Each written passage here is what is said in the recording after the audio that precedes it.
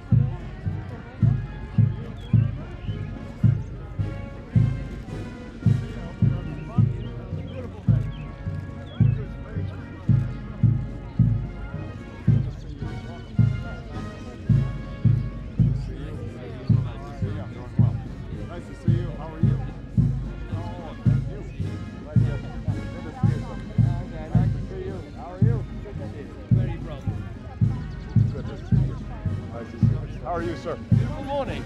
Good to see you Hi guys. there, nice to see you. Morning. Nice to see you. Morning, morning. Good morning. Hi, nice to see you. Very, very well.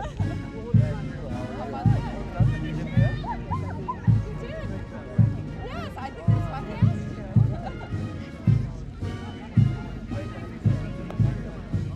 Hi, nice to see you. All well? Very well. Good. You went around the hill. Very good. Excellent.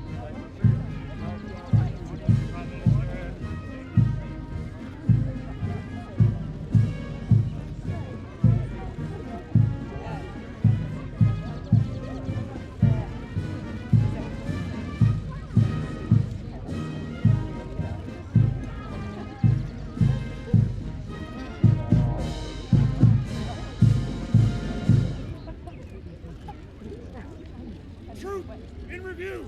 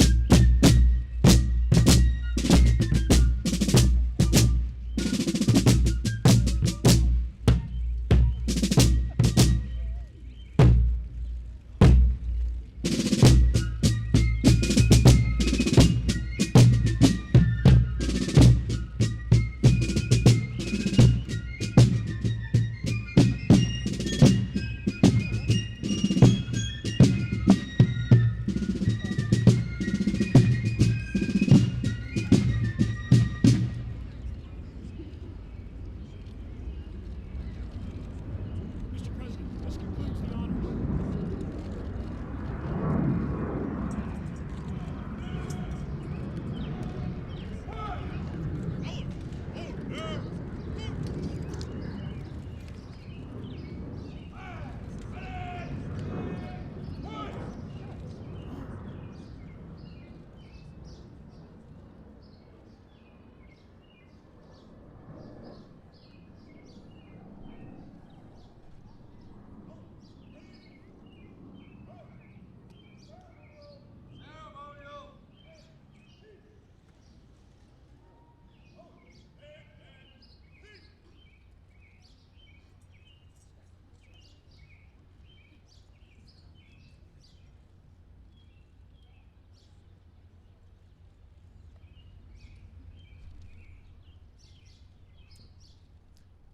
Good morning, everyone.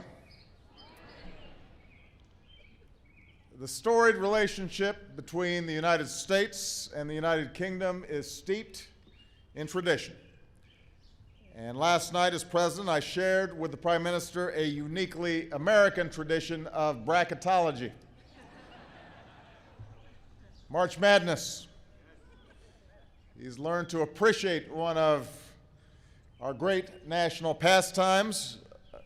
His team has told me he has decided to install a hoop at 10 Downing Street. Today we carry on another tradition, an official visit for one of our closest friends and our dearest allies. Prime Minister Cameron, Mrs. Cameron, members of the British delegation, on behalf of the American people, it is my great honor to welcome you to the United States.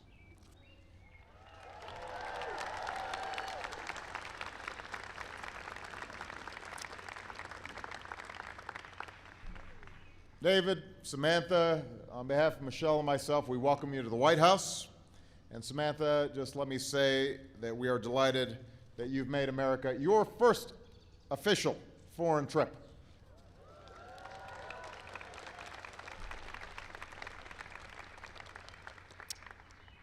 It's now been 200 years since the British came here to the White House under somewhat different circumstances.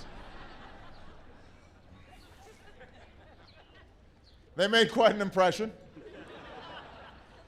They really lit up the place.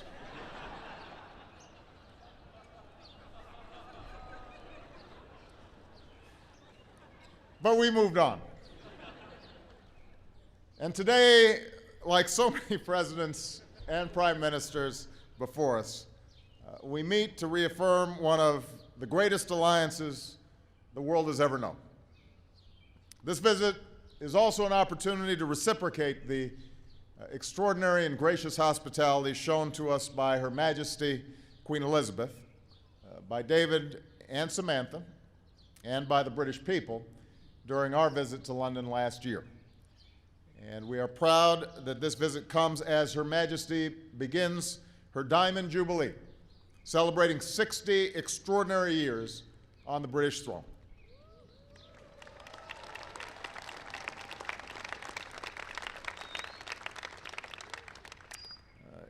It is remarkable to consider.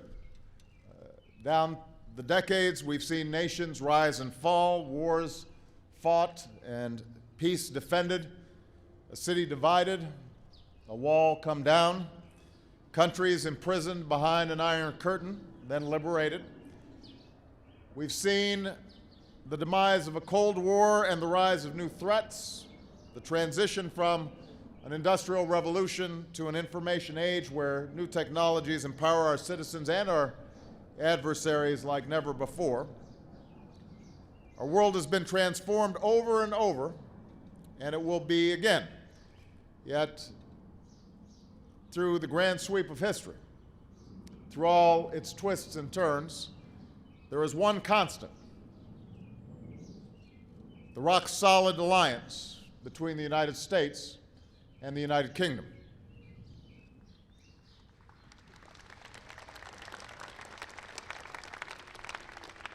And the reason is simple. We stand together and we work together and we bleed together and we build together in good times and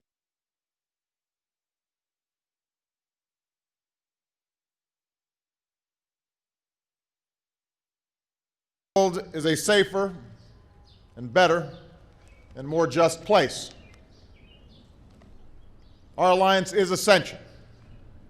It is indispensable to the security and prosperity that we seek not only for our own citizens, but for people around the world. And that is why, as President, I've made strengthening this alliance and our alliances around the world one of my highest foreign policy priorities. And because we have, I can stand here today and say with pride and with confidence, and I believe with David's agreement, that the relationship between the United States and the United Kingdom is the strongest that it has ever been.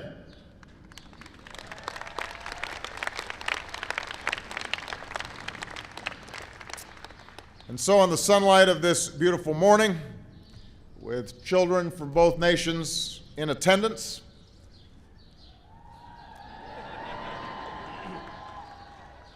we reaffirm the enduring values in which our alliance is forever rooted. We believe that every person, if they're willing to work hard, if they play by the rules, deserve a fair shot, deserve a chance to succeed. So in these tough economic times, we stand united in our determination to create the jobs that put our people back to work, an expanding trade that is both free and fair, and in fighting for a global economy where every nation plays by the same rules. We believe that our citizens should be able to live free from fear. So, like generations before us, we stand united in the defense of our countries and against those who would terrorize our people or endanger the globe with the world's most dangerous weapons. We believe in the universal rights of all people. So we stand united in our support for those who seek to choose their leaders and forge their future, including the brave citizens of the Middle East and North Africa who deserve the same God-given rights and freedoms as people everywhere. And we believe in the inherent dignity of every human being.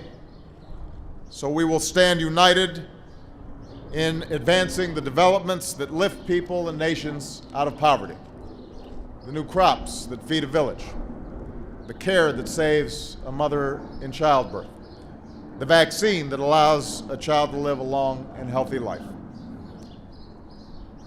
This is what we believe. This is who we are. This is what we do together, what we achieve together every single day. And this is the alliance that we renew today, guided by the interests we share, grounded in the values that we cherish, not just for our time, but for all time. And finally, I would just note that while this is not the first official visit of my presidency, it is one of the few where I have not had to pause for translation.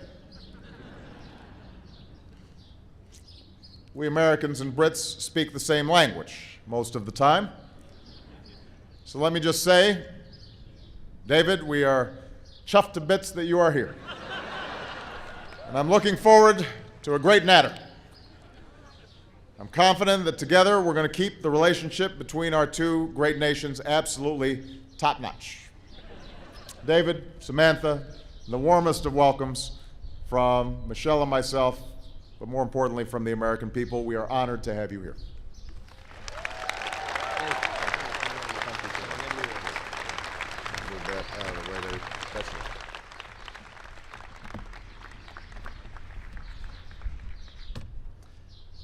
President Obama, First Lady, Mr. Vice President, members of both cabinets, guests of honor, ladies and gentlemen, thank you for such an incredibly warm welcome. I have to say, Barack, with that spectacular command of our shared language, with all these Union flags, and with so many friends at home, you are really making me feel very at home here in Washington. So I am a little embarrassed as I stand here to think that 200 years ago, my ancestors tried to burn this place down. Now, looking around me, I can see you've got the place a little better defended today. You're clearly not taking any risks with the Brits this time. And thank you also for the lessons last night. I will leave America with some new words. Alley-oops, brackets, fast breaks, and who knows, maybe that hoop will be installed in Downing Street after all. It was a great evening. Thank you very much indeed. Now, of course, since that unfortunate episode 200 years ago, generations of British and American servicemen and women have fought together. Our grandparents fought in the same campaign. My grandfather wounded a few days after D-Day, the greatest ever British and American operation in history. And yours, Barack, serving under General Patton as the Allies swept through France. Whether it is defeating the Nazis, standing up to the Soviets, defending the Korean Peninsula, or hunting down Al-Qaeda in Afghanistan, there can be no more tangible illustration of our two nations defending our values and advancing our interests than the mutual sacrifice made by our servicemen and women. And let us once again pay tribute to their valor, their courage, their professionalism, and their dedication here in Washington today.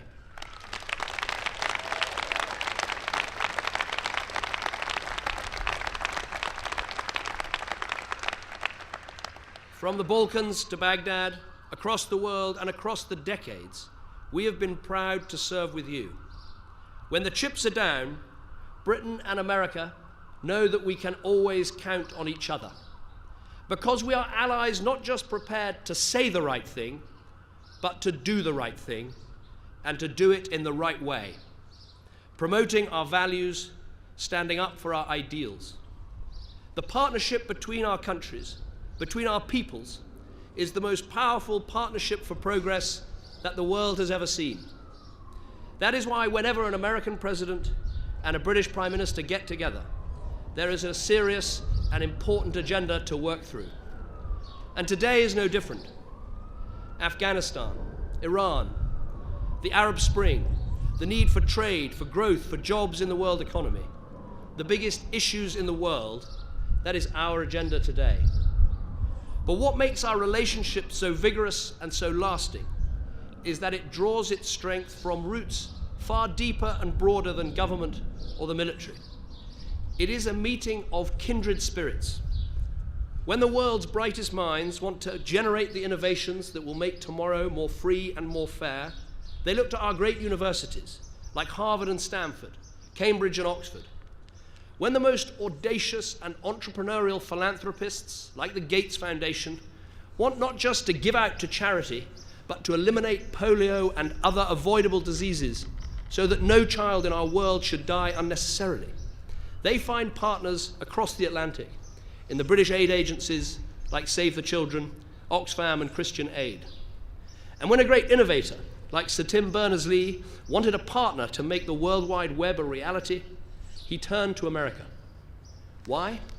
Because he knew that it was in America that he would find that same spirit of creativity, innovation, and risk-taking that defines our unique approach to enterprise and to business. He's not alone. In 2010, transatlantic partnerships produced 8 of the 9 Nobel Prizes in science. Foreign direct investment between Britain and America is the largest in the world and now stands at $900 billion. This creates and sustains around 1 million jobs each side of the Atlantic. And it provides a strong foundation for bilateral trade worth nearly $200 billion a year. In fact, American investment in the UK is 8 times larger than China. And UK investment in America is nearly 140 times that of China. So yes, the world is changing at a faster rate than ever before. And the ways we will influence events are changing with it. But one thing remains unchanged: the ceaseless back and forth between our two nations through ideas, friendship, business, and shared endeavor.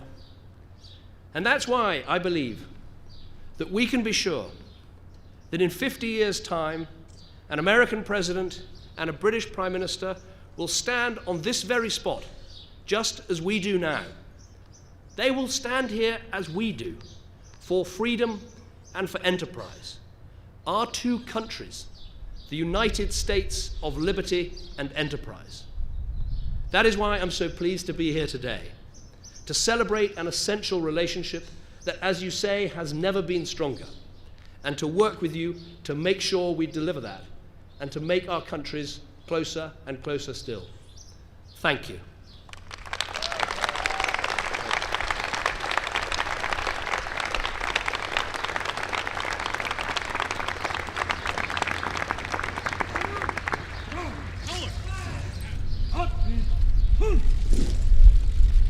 Right, shoulder.